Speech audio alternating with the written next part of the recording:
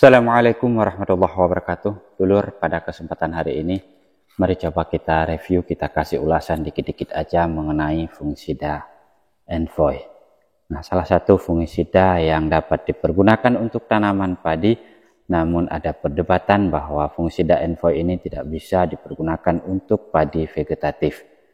Nah, pada kesempatan hari ini dulur, mari coba kita berikan alasan apakah dia ini memang bisa dipergunakan untuk tanaman padi vegetatif ataupun hanya bisa dipergunakan untuk tanaman padi generatif.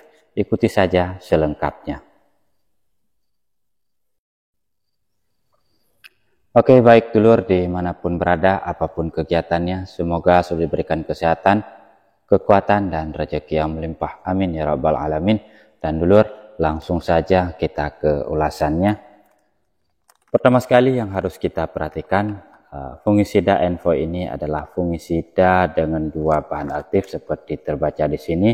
Ada mancozeb 62%, kemudian ada juga tricyclazole 18%. Nah, sedulur, jika kita perhatikan dari bahan aktifnya, untuk mancozebnya tentunya mancozeb itu memang sering dipergunakan untuk tanaman vegetatif.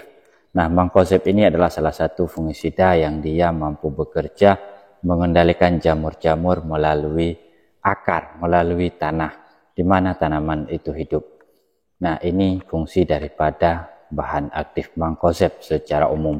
Maka dari sini dulur, kesimpulan awal kami bahwa mancozeb ini memang dapat dipergunakan untuk tanaman vegetatif. Maka begitu juga dengan penggunaan Envoy-nya, tentu bisa dipergunakan untuk tanaman padi vegetatif atau tanaman padi sebelum masa bunting seperti ini.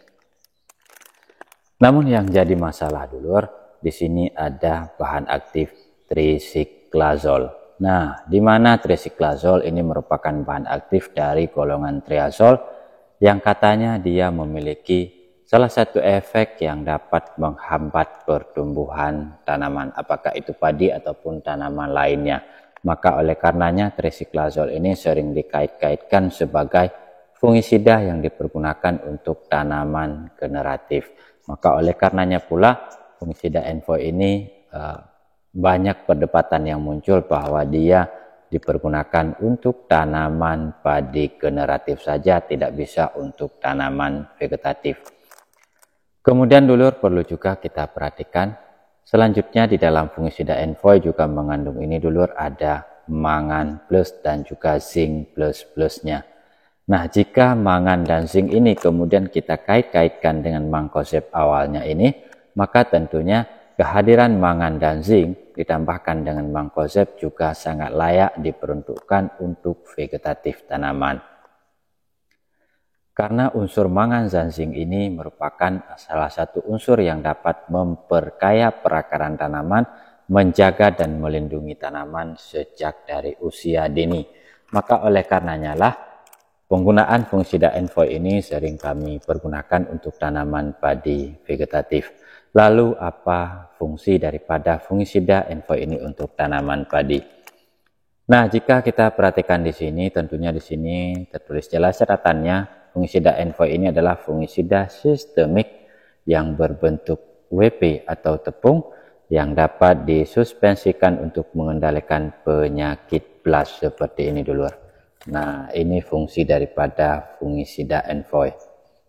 Maka oleh karena saat ini di hampir seluruh areal persawahan ini terserang penyakit blast seperti ini, kemarin kami belum menggunakan fungisida Envoy, maka untuk hari ini rencananya fungisida Envoy ini kita mainkan untuk mengendalikan penyakit blast tersebut dulur.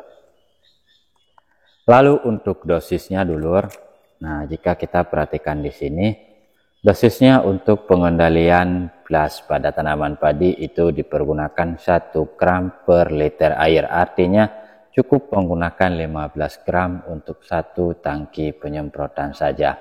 Nah, ini adalah dosis secara umum. Lalu untuk penggunaan kami lur, untuk tanaman padi yang masih vegetatif atau ketika tanaman padi baru selesai dipindah tanamkan usia 7-10 HST, penggunaan fungisida Envoy ini biasanya hanya kami berikan 1 sendok makan untuk 1 tangki penyemprotan. Kemudian beranjak umurnya sedikit lebih dewasa, dosisnya kami tingkatkan sampai 2 sendok makan.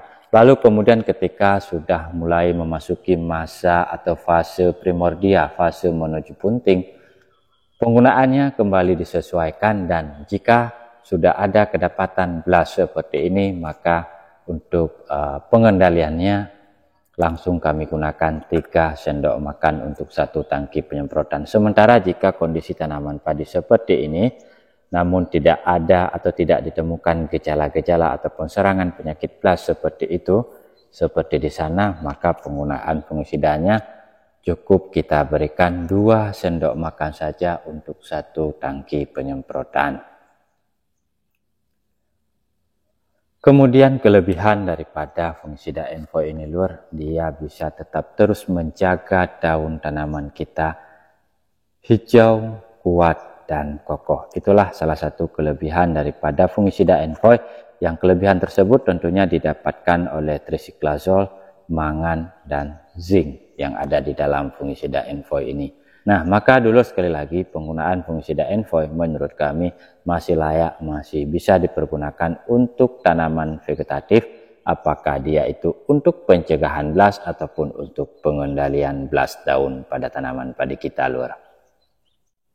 Kemudian dulur, karena kita sudah banyak menemukan adanya blast seperti ini pada tanaman padi, maka ini tidak boleh ditunda-tunda, apalagi mengingat padi kita ini kan mau menuju bunting, mungkin minggu depan sudah mulai terlihat bunting. Maka jika banyak daun yang terserang blast seperti di sana, kemudian ini tidak kita kendalikan, maka ketika daun benderanya nanti muncul, dia pun akan ikut rusak. Efek daripada kerusakan daun bendera pada tanaman padi tentunya itu nanti malainya menjadi tidak maksimal, kemudian begitu juga nanti proses pengisian bulirnya juga tidak maksimal. Maka pengendalian penyakit jamur terutama yang hendak menyerang daun benderanya ini segera kita laksanakan, jangan ditunda-tunda, usahakan sedini mungkin. Nah, seperti ini pun sudah termasuk sedikit terlambat. Maka lagi-lagi dulur, penggunaan fungisida Envoy yang akan kita terapkan pada tanaman padi ini bertujuan untuk melindungi daun bendera tetap sehat, kemudian nanti daun benderanya tetap hijau, kokoh, dan kuat sehingga dia mampu dan siap untuk memproses dan menyuplai makanan untuk proses pembentukan malai serta pengisian bulir nantinya. Dan dulur, mungkin demikian saja yang dapat kami sampaikan pada kesempatan hari ini. Jika ada hal yang salah dari apa yang kami sampaikan mengenai fungisida Envoy ini, silakan dulur berikan masukannya, silakan dulur perbaiki di kolom komentar. Atau jika ada dulur yang memiliki pengalaman yang unik, pengalaman yang menyakitkan dengan penggunaan fungisida ini, silakan dulur ceritakan juga pengalamannya. Nanti dari cerita sedulur itu kita bisa sedikit berinovasi untuk penggunaan fungisida Envoy-nya. Dan bagi sedulur yang juga mungkin sedikit membenci fungisida ini juga silakan sedulur bergabung di kolom komentar. Sama-sama kita sampaikan apapun yang kita temui, apapun yang kita lalui bersama dengan fungisida yang kita gunakan ini. Agar nanti semakin banyak cerita, semakin banyak keluh kesah yang kita dapatkan, maka akan semakin bagus pula inovasi-inovasi pertanian kita ke depannya.